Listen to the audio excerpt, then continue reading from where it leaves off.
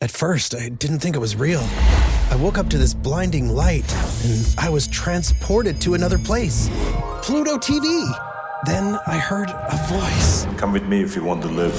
There were thousands of movies and shows, and they were all free. The truth is ours. It's just so beautiful. On Pluto TV, free streaming of Terminator 2, Fringe, Arrow, The 100, and The X-Files may cause excitement, loss of sleep, and sudden belief in extraterrestrials. No credit cards or alien encounters necessary. Pluto TV. Stream now, pay never. Is a dessert with these ingredients considered healthy, or is it another food that people consider healthy but in reality is not? This is JJ Virgin, 4-time New York Times bestselling author, celebrity nutrition expert, and fitness Hall of Famer. I've been on a lifelong quest for answers to the toughest health questions. And now I'm sharing what I found with you. Welcome to Ask the Health Expert.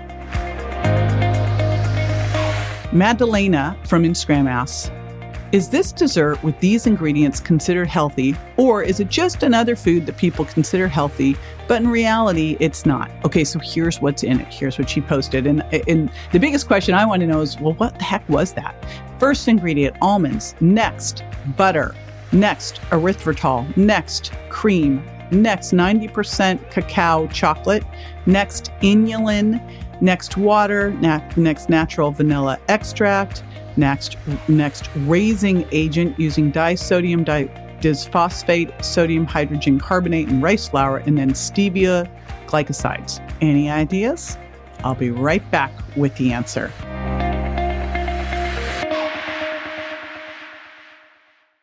No one goes to Hank's for his spreadsheets. They go for a darn good pizza. Lately, though, the shop's been quiet, so Hank decides to bring back the $1 slice. He asks Copilot in Microsoft Excel to look at his sales and costs and help him see if he can afford it. Copilot shows Hank where the money's going and which little extras make the dollar slice work. Now Hank's has a line out the door. Hank makes the pizza, Copilot handles the spreadsheets.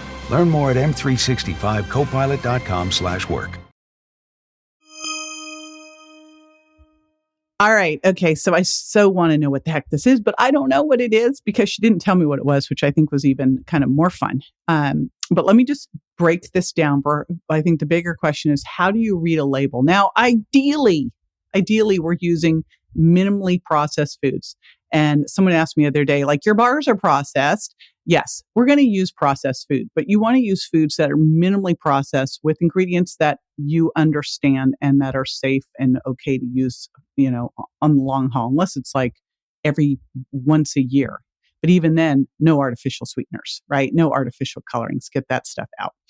So when you're looking at a label, it's all about being able to pronounce the things, know what they are, minimally processed, and what comes first is what's the most of.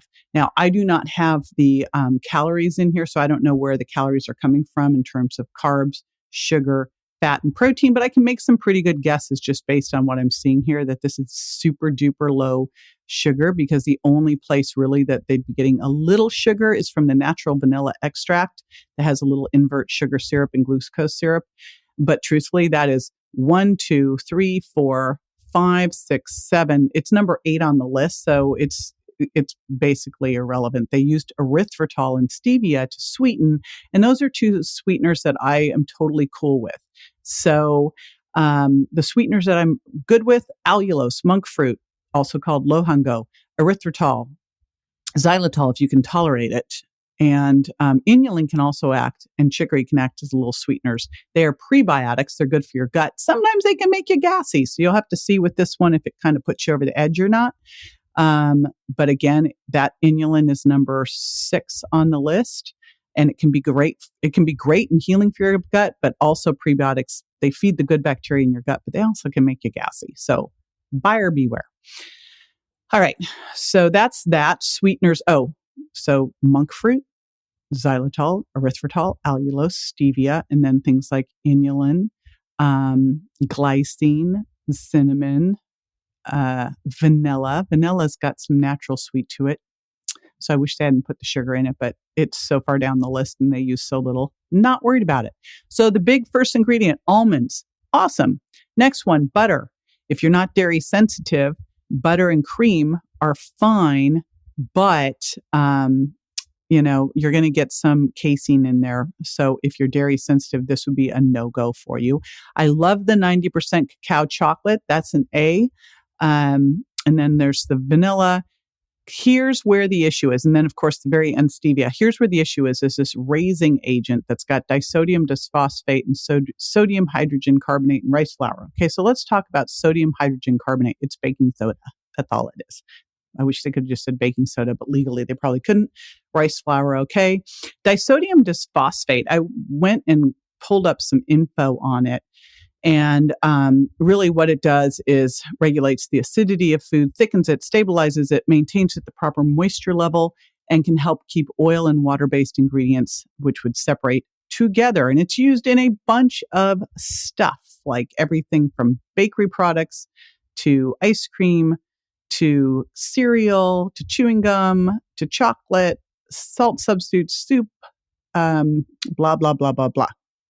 So it's the only thing I saw here with this is that if you have a health condition where you need to have a low phosphorus diet because it comes from the mineral phosphate and sodium, then you should be careful. Here's the thing. Like ideally, we're really minimizing these things. I would love it if it wasn't in there, but I don't think this thing eaten every once in a while would be an issue. My bigger concern is the dairy in it.